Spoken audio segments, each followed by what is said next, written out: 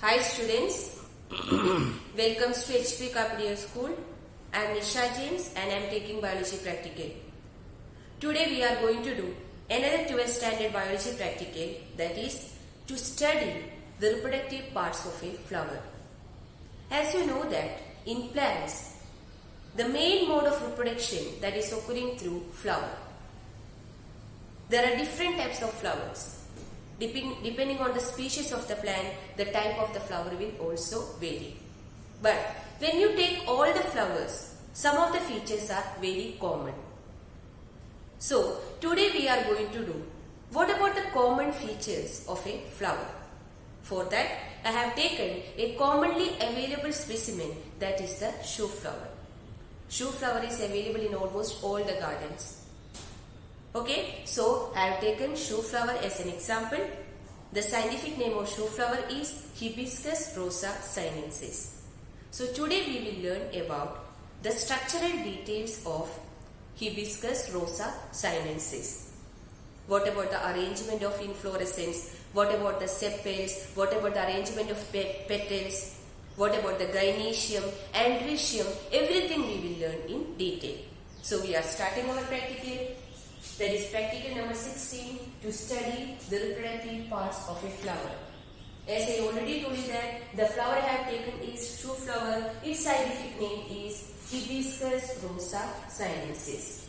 So students, now I am going to tell you what about the structural details of hibiscus.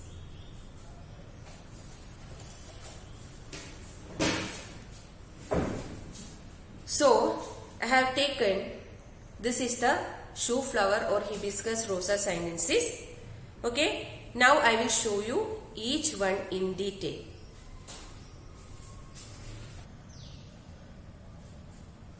So students, now I am going to show you the details of the reproductive parts of hibiscus flower. Okay, so this is a hibiscus flower, that is the shoe flower. Okay, you can see what about its complete appearance. Okay, so first I am telling you the parts generally, उसके बाद हम details में जाएंगे.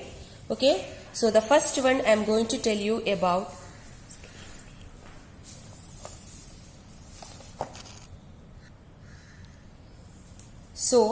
I am telling the parts first.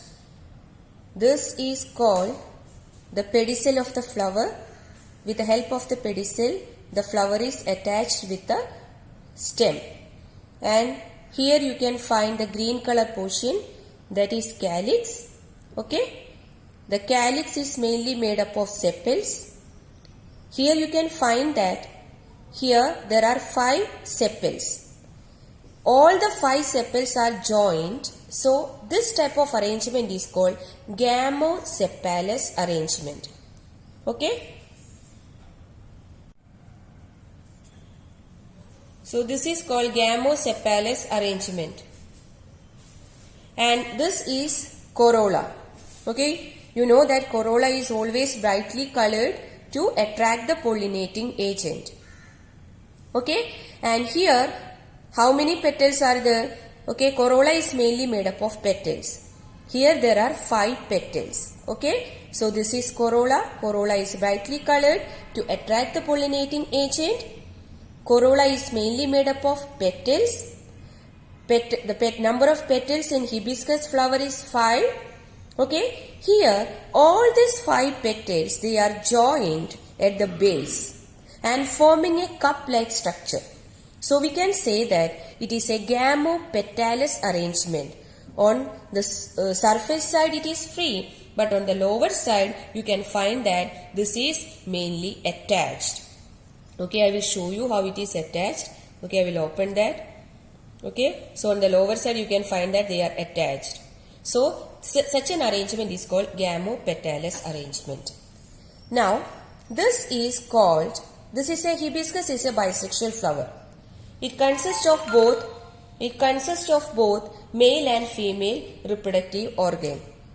So here you can find this is the male reproductive organ, that is the stamen. Okay, the male reproductive organ is mainly stamen. There are many stamens in hibiscus flower. Okay, and all the stamens you can find that they are arranged okay, on the surface of this particular pistil. These stamens are joined together and forming a single bunch. Such an arrangement is called monodelphous stamen. Okay, all the stamen, there are many stamens, they are joined together and forming a common bunch. Okay, a single bunch or a single tube, that is called monodelphous stamen. You know the arranged structure of the stamen. Stamen consists of a filament and also anther. So this yellow color structures are mainly anther. Okay, and this red color fine thread like structure, that is the filament. Within the anther, the pollen grains are present. The yellow color powdery structures are mainly pollen grain. These are equivalent to male gamete. Okay, now this elongated structure, that is called the pistil of the flower. This pistil consists of three parts. What are the three parts?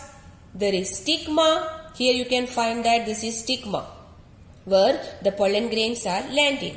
And this is the style. This is an elongated tube-like portion through which the pollen tube is growing.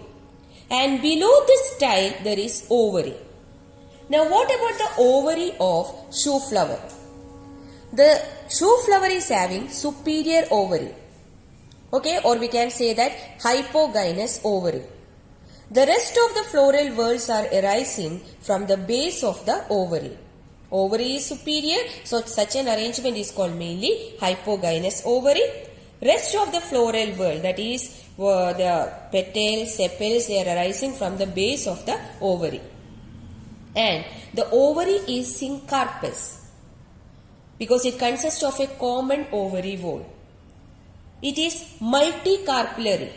Okay, I am telling the technical terms of ovary of shoe flower: syncarpous, multicarpellary and unilocular with axial placentation.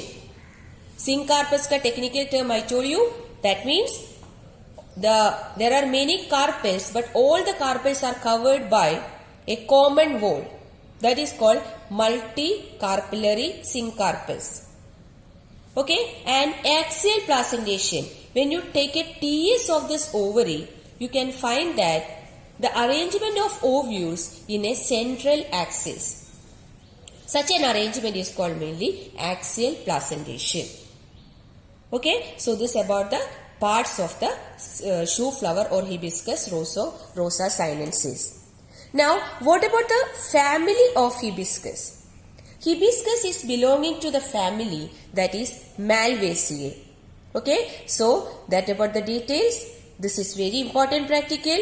In examination, any type of flower can be kept, but this is why I have taken shoe flower, because this is a typical flower. It consists of all the parts, both male reproductive organ and female reproductive organs. Everything is there in a single flower. Mostly in examination, you will be provided with shoe flower. Okay, so that about the details. So I think all of you understood that. Just now I told you the arrangement of ovules or placentation in hibiscus is mainly axial placentation. But if in examination, if you are provided with any other flower, so how you will identify the placentation? For that, you have to open the flower, you have to cut the ovary, you have to take a TS of the ovary, then only you can say that it is having axial placentation. Okay, so I think all of you understood the practical. Okay, so I have explained all the parts: calyx, corolla, androecium, gynoecium, family, everything. Remember, the family of hibiscus is Malvaceae. Okay, and it is normally hibiscus. Okay, it is having a solitary inflorescence. अभी inflorescence क्या है? Inflorescence is normally solitary. Okay, and it is a shrub-like plant. You know what about its appearance? Okay, it is a shrub-like plant having alternate leaves. Okay, so that about our practical. Okay, so thank you.